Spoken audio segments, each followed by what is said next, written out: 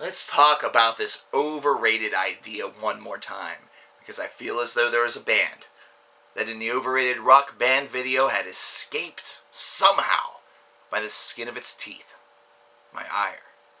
Now, of course, I know a lot of you could say that there are plenty of other bands that could have been included on either of those lists to maybe bring the tally up to 15 or 20, and that opinions differ and blah blah blah, that I was rash with one band and maybe too soft on another. I understand all of those arguments. All of those arguments are probably very well founded. However, there is a band that was forgotten that needs to be touched base on. And that band, Guns N' Roses. Now, let's take a little spin around here and notice the fact that I've been kind of, talking about this music thing for quite some time. Now, I'm not saying that a CD collection really tells the tale, and really this isn't even all of it. But I've been collecting, I've been talking about, I've been interested in this whole music thing for quite a while. We're talking way over a decade, probably borderlining on a decade to a decade and a half to even longer than that. I can remember listening to music whenever I was 6 or 7 years old, and I was definitely listening to it whenever I was younger, and I just don't recall it. However, Guns N' Roses is one of these bands that certainly has infected the airwaves and has infected the nation with a very overrated brand of music. However, there are some things that need to be discussed previously before we get into the bare bones about it. Let's talk about, since I'm actually doing this for an entire band with one entire video as opposed to just, doing a whole entire list. There is a difference between being overrated because one person loves a band and being overrated because there is a plethora of fans that love the band. Because let's face it, every single band is going to have fans, but not every band is overrated. Many people really distinguish the whole under and overrated idea based around the number of fans that they have. And really there's no reason that a band is overrated because they have a lot of fans, that they have a lot of respect. If you notice during the overrated rock video, I didn't talk that much about Maroon 5 or bands of that distinction, mainly because, yeah, they have a lot of fans, a lot of people really like them, but they're not very obnoxious about it. Not to mention the music itself, more than anything, resembles a little bit more of that sellout idea that sometimes gets thrown around. Some people may want to go to that level, and you know what? I really don't like to go there all of that much unless I really have a diehard feeling about it. However, with Guns N' Roses, that sellout idea isn't very much present either. So why are they overrated? What really happened here? Why is it that I feel that this band has escaped my silver tongue in the previous video, overrated rock bands, in case you guys haven't seen it? Why do I feel this way? Well, I'm about to tell you, and I'm about to tell you very, very easily.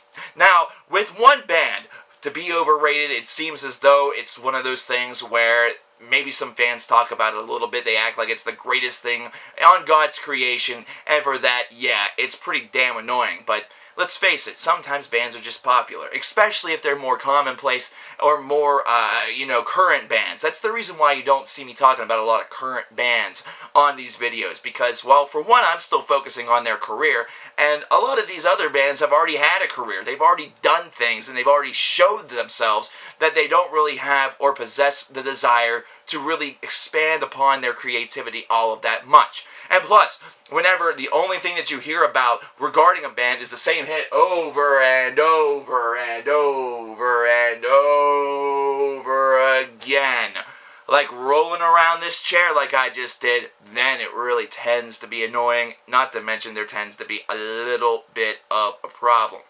You see, the one thing that I will say about an overrated band, one thing that I will say about fans being the cause of an overrated nature is because they really only focus on certain songs. They're only focused in on one part of the band's discography. That's the only thing that they give a crap about. Listen to me. I'm coming to you with the absolute most upfront nature that I can think of. In the old studio, showcasing my collection without the trademark glasses, basically to indicate my honesty that there are other things that Guns N' Roses have done aside from Welcome to the Jungle, Mr. Brownstone, You Could Be Mine in November Rain, things like that. Yeah, there are 4 albums, 5 if you want to count the Spaghetti Incident. There's the older material that was released on GNR Live, and things like that, but everybody just seems to focus in on just the same little motherfucking thing. And here's the thing. If you really want to go just off of a discography claim, if you really want to just go off of the music that they themselves have put out, Guns N' Roses actually has quite a bit of creativity, quite a bit to actually offer the musical palette. They're able to go aggressive, they're able to go soft, they're able to do the trademark long-winded ballad, November Rain. Actually, whenever you get away from all of the people that talk about it, whenever you get away and distance yourself from the plethora of people that claim that to be their crowning achievement, is a very, very solid song that is ripe with a lot of heart. There's a lot of emotion behind it. But then there's also songs such as Civil War that definitely evoke that same amount of emotion in a different way, a little more aggressive, a little bit more with a bit of a, a historical perspective to it. Of course, with the Cool Hand Luke quote right there at the beginning, what we have here is a failure to communicate. There are some people that you just can't reach. That's a really powerful message from a movie that was conveyed in a song that was about a really powerful part of American history that really, whenever you look back on it, you really seem to be focused on just one idea that it was really centered behind, whenever in reality, the whole idea was based around a country that was fiercely divided on more than just one issue. That tells one hell of a story in just one 8-minute long song, roughly.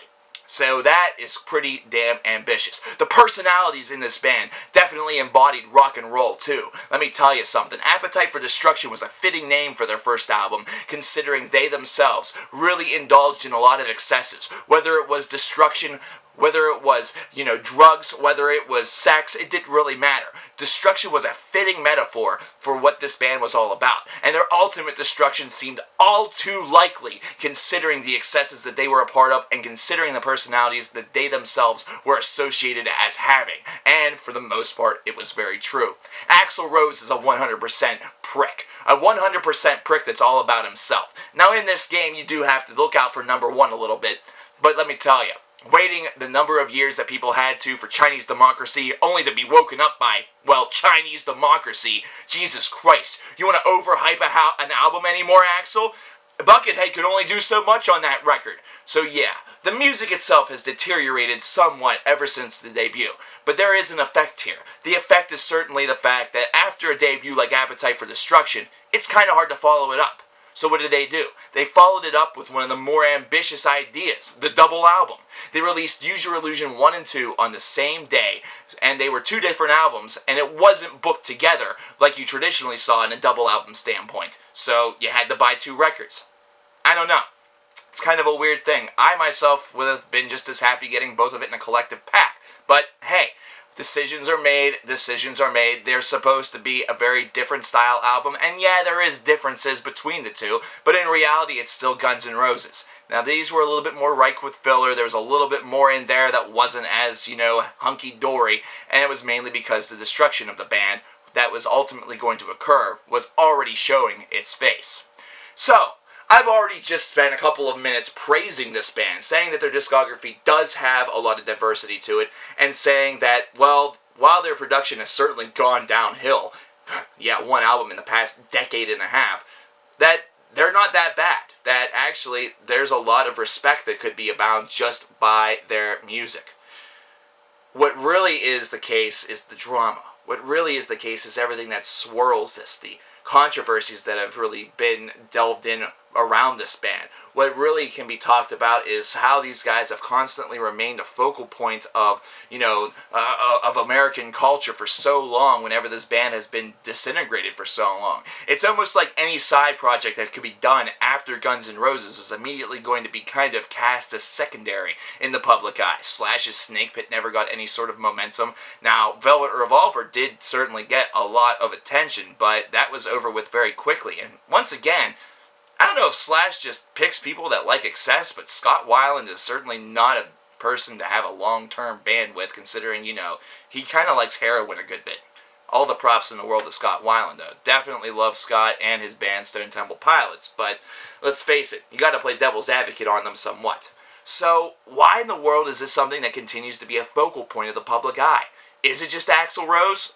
Well, a lot of it is just Axl Rose. Axl Rose has one of these personalities that you wouldn't want your child to ever have. If your child came out looking and talking like Axl Rose, you'd probably punt it over the nearest fence. Now, yeah, he'd probably have the pipes of Axl Rose too, and well, you'd probably want to milk the shit out of that, but Jesus fucking Christ. This whole little rebel boy image that he had going on was fine in the 80s, but trying to continue it onward and onward to the point in which his Chinese Democracy album was supposed to be the focal point of humanity, well, there's somebody that certainly has a little bit of an ego problem, and whenever you release an album like Chinese Democracy, Jesus Christ, what a stinkfest.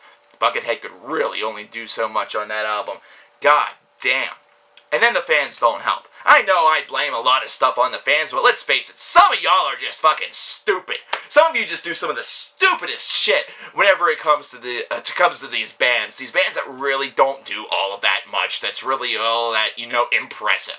Guns N' Roses came along whenever there was a scene going on of glam rock and glam metal and, the hair metal, whatever you want to call it, that was really, really big. And Guns N' Roses, in all essence, I'm not saying that it was the reason, but in all essence, were able to latch on board and take it to a level that perhaps these other bands would have never made it to. Bands like Poison, Motley Crue, bands like Van Halen, Van Halen obviously was a lot closer considering they were doing this stuff in the 70s without the big hair, but with the guitars. But other bands such as Night Ranger and Kix and bands of that regard were never going to be able to touch. Guns N' Roses were able to do it because they were able to make songs that while they were semi within the mold of hair metal, while they were still semi within that mold of glam rock, had a little bit more of a raw side to it, had a little bit more of a bad boy, I'm going to kick your ass image to it. And you know what? They were able to do it even though their hair looked just as fucking ridiculous as the hair that you saw with those other bands that I just listed. This is the type of guy that would walk up to a gentleman like Kip Winger, punch him right in the face, kick him square in the nuts, and throw him into the nearest gutter that he could find. And that is an appeal that for all the people that were getting tired of glam rock and hair metal, that were tired of these bad boys trying to take on this pristine, squeaky image that also knew how to rock, that was something that was a breath of fresh air for him. And that's the reason why a lot of these people latched onto it. There was a sex appeal to it, a raw sex appeal that was much different. But whenever those same people have now infected little children, and the little children now think that Axl Rose is hot. Have you seen Axl Rose lately? And now you think that their music is fantastic. It's just something that really, really, really tires on the brain. There's a reason why some bands have a long-lasting flavor. There's a reason why some bands will always and cautiously avoid this list, and that's because their diversity is there, but at the same time, they were able to do things in a manner of speaking that preserved the longevity of their career. For all we know, Guns N' Roses, had they remained together, would have released 5 or 6 more shit albums, and then that would have been it. But instead, we have this kind of taintless legacy up until Chinese Democracy, where they released 3 albums that did fantastically well, were really just a real breath of fresh air for the music industry, and fans really just ate them up, and then that was it. Kind of like one of those tragedies, so to speak. Wait a second, are they getting martyrdom love? Are they getting love for the fact that they died too soon and they were gone before their prime and things like that? I really don't think that's a good argument. You know why? Because this band's prime was from the minute that they got together and wrote Appetite for Destruction to the end of Chinese Democracy. Or, excuse me, to the beginning of Chinese Democracy, rather. Right whenever they started the process of Chinese Democracy, directly after the breakup, whenever Axl was just going to re-envision the band, and then it took 15 years for that shit to happen. This band is definitely 100% overrated. Is it because of the marketing? Is it because of the product placement? Is it because of the merchandise? Is it the classic vintage nature? Is it the fans? It's a combined mixture of everything. It's a combined effort here. It's a combination effect of people that are longing for something that has been dead and gone for almost 15 to 20 years. It is the death of an idea, not the death of a band. It's grasping at straws for something that they want to bring back. Well, let me tell you something. That idea, that style, it can come back. It kind of is coming back a little bit. But that isn't necessarily due to Guns N' Roses. Guns N' Roses being who they were, having that last kind of, unseen frontier of being a bad boy in a rock band, that's not necessarily gone because Guns N' Roses is gone. It's gone because of the way that the industry is shifted. There are many, many things that happened that were not Guns N' Roses related, that have caused Guns N' Roses to appear as martyrs, and to appear as kind of the last purveyors of what rock and roll and debauchery were all about. If you associate one with the other, you'll only be half right. Guns N' Roses were associated and definitely caused a lot of debauchery, but the absence of it ever since their absence, well, let me tell you something, it's a lot more than just a coincidence, and it has nothing to do with their departure. So Guns N' Roses is overrated for a lot of different reasons. There's definitely a decline. There's definitely ego. There's definitely a process here of a band that just has a lot of, I guess, bad things about it over the past 15 to 20 years that, well, for the most part, couldn't be helped. It was something where egos had to be, soothed a little bit, and tensions had to be cleared in order to become a little bit better. And let's face it, whenever one of your sides is Axl Rose and the other side is Slash, that's not going to happen. Those are two people that basically, whenever you present them with, hey, can you bend a little bit? They say, how about you go fuck yourself? But this band is also traumatized by the same reason that all of the other bands in the overrated rock and the overrated metal bands argument are also traumatized, with the exceptions of very few, and that is the fans. The fans of this band are still, and have always been, ridiculous, and they will continue to be. There are other elements to their discography, other things that make their discography a very good one for the most part, until you encounter their most recent output. There are many reasons other than just the ones that you have presented that this band is certainly one that is pretty good. However, this image, this whole thing, this whole idea, this demand for Guns N' Roses to come back, Guns N' Roses is back. Guns N' Roses in the incantation that you knew it before, that you hear on Appetite for Destruction and Use Your Illusion Part 1 and 2, that Guns N' Roses isn't coming back. That attitude, that personality, that's not coming back. And that's not 100% because they don't want it. That they don't want you to be happy. It's that they themselves won't be happy. There you are, ladies and gentlemen. I'm going to say it one more time. I'm going to say it loud. I'm going to say it proud. Guns N' Roses, for all the good music that they've put out, are 100% overrated.